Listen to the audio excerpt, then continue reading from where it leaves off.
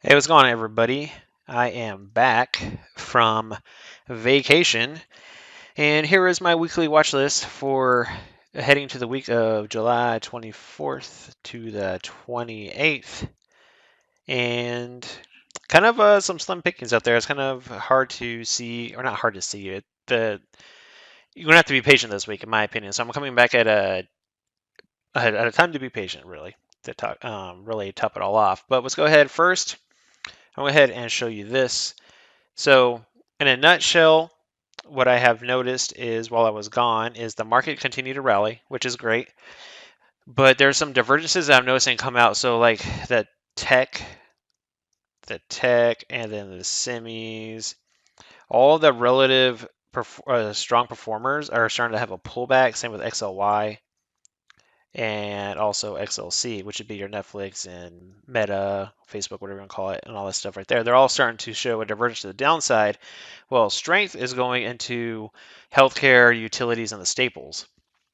And I'm noticing some in the materials as well, but they have earnings coming up, so those setups are kind of like invalid.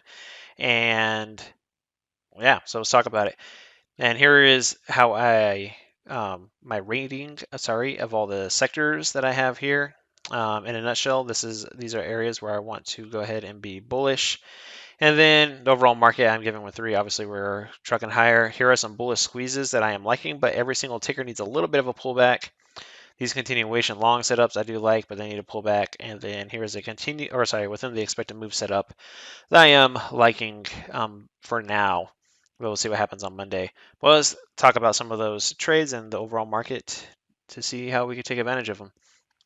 All right, so the overall market, it's rallying up into these little levels of resistance. And after this huge move higher, I think a little bit of consolidation makes sense. So when the market gets extended up here, moves sideways, and also the put call ratio is signaling that potential pullback is on the horizon. I like to do within the expected move setups or potentially play the pullback. But the FOMC statement makes that a little bit more difficult because potentially the FOMC statements can move their market around, right? And so it just makes it a little bit tricky. So, in a nutshell, since we have rallied up here, I want to look to either play some tickers to the upside or look to play within the expected move setups because the market is overall strong, but you also have to be particular about your trades simply because of the FOMC statement. All right, but nonetheless, you can see we're up here at the third ATR, and it looks like we're starting to want to pull back a little bit on the SPY. Same with the Qs. The Qs look like they are starting to pull back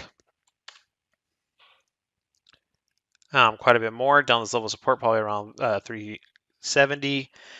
And the diamonds and the IWM, they're all looking great. I mean, like everything's going higher. So with 30 ATR, probably pull back a little bit on the diamonds, IWM. We're up here extended at resistance, probably get a little pullback before potential moving higher, but we'll see. But all that being said, just looking at those key indexes or those key index ETFs is really because of you see where the overall market is and their strength, and it does look like most of the time or most of the tickers show they need to consolidate, and it looks like the Qs are weakening up a little bit.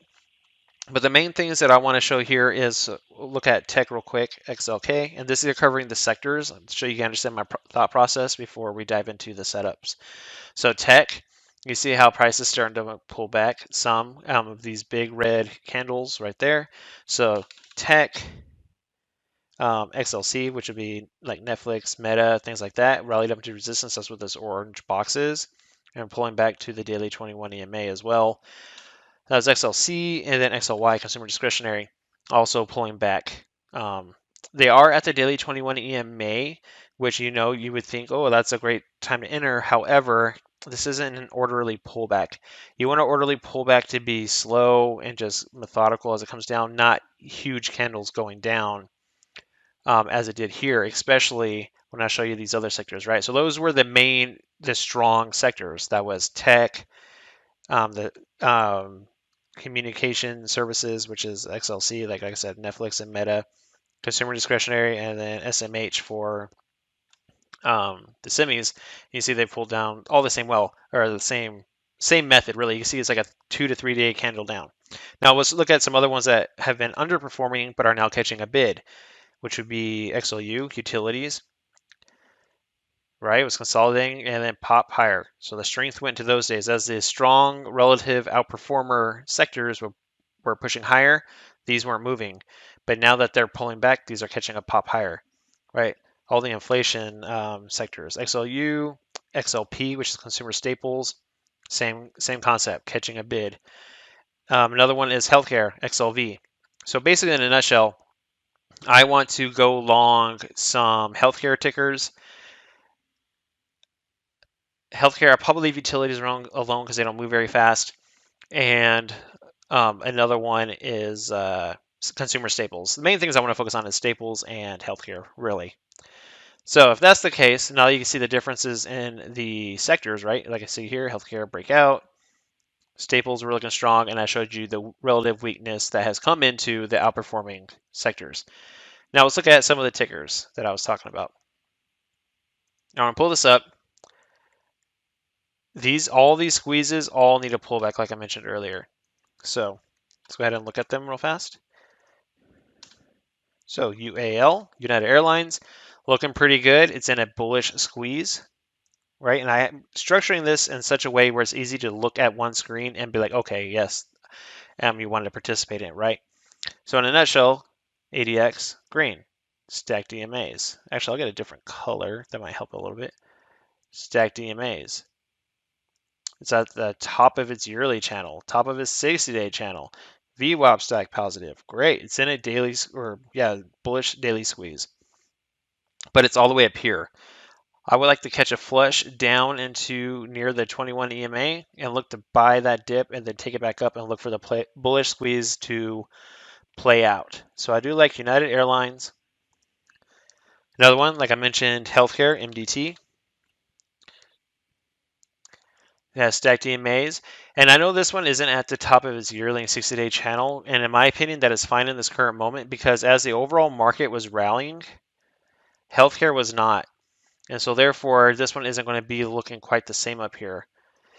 And so if that's the case, looking to come in and buy the squeeze down here at the 21 EMA, looking for that push up into the 30 TR, which lines up perfectly with this resistance level. So looking to catch this squeeze in healthcare on MDT. Another one is Pepsi. Right? Earnings has already occurred.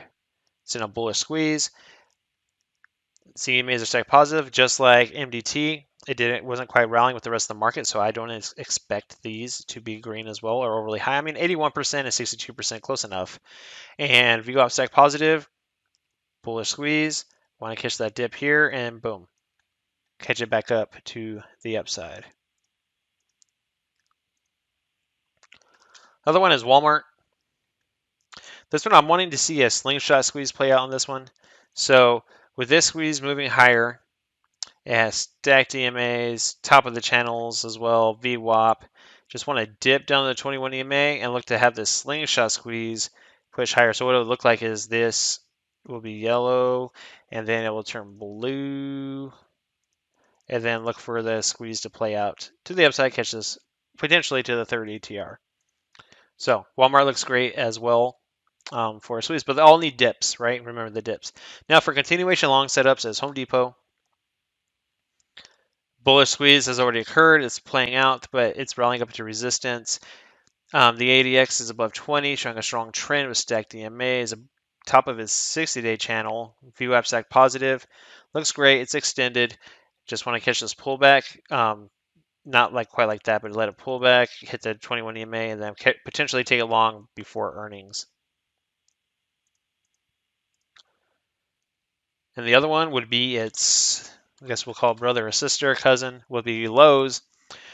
Same concept, need a little dip down to 21 EMA as its ADX is strong, stacked EMAs, top of its yearly and 60-day channels. If you have a positive, it's all great. Just need our chance to get into our entry zone, which is down here, basically 225. Now, before I cover the last one, what I do want to go with y'all as well is John Carter, myself, and Allison Ostrander are having a webinar on July 26th at 7 p.m. Central. You can sign up here. The website where you can go to sign up if you're interested is at simplertrading.com/secrets, where you can see how I've been growing a small account. You can learn John's secrets to growing small accounts to 7 figures, how to develop your trading plan, and the 3 keys to consistency um, that some traders never learn. So, anyways, something worth showing y'all. If you're interested, please sign up. I look forward to seeing y'all there. All right, so that's those. My last trade is within the expected move.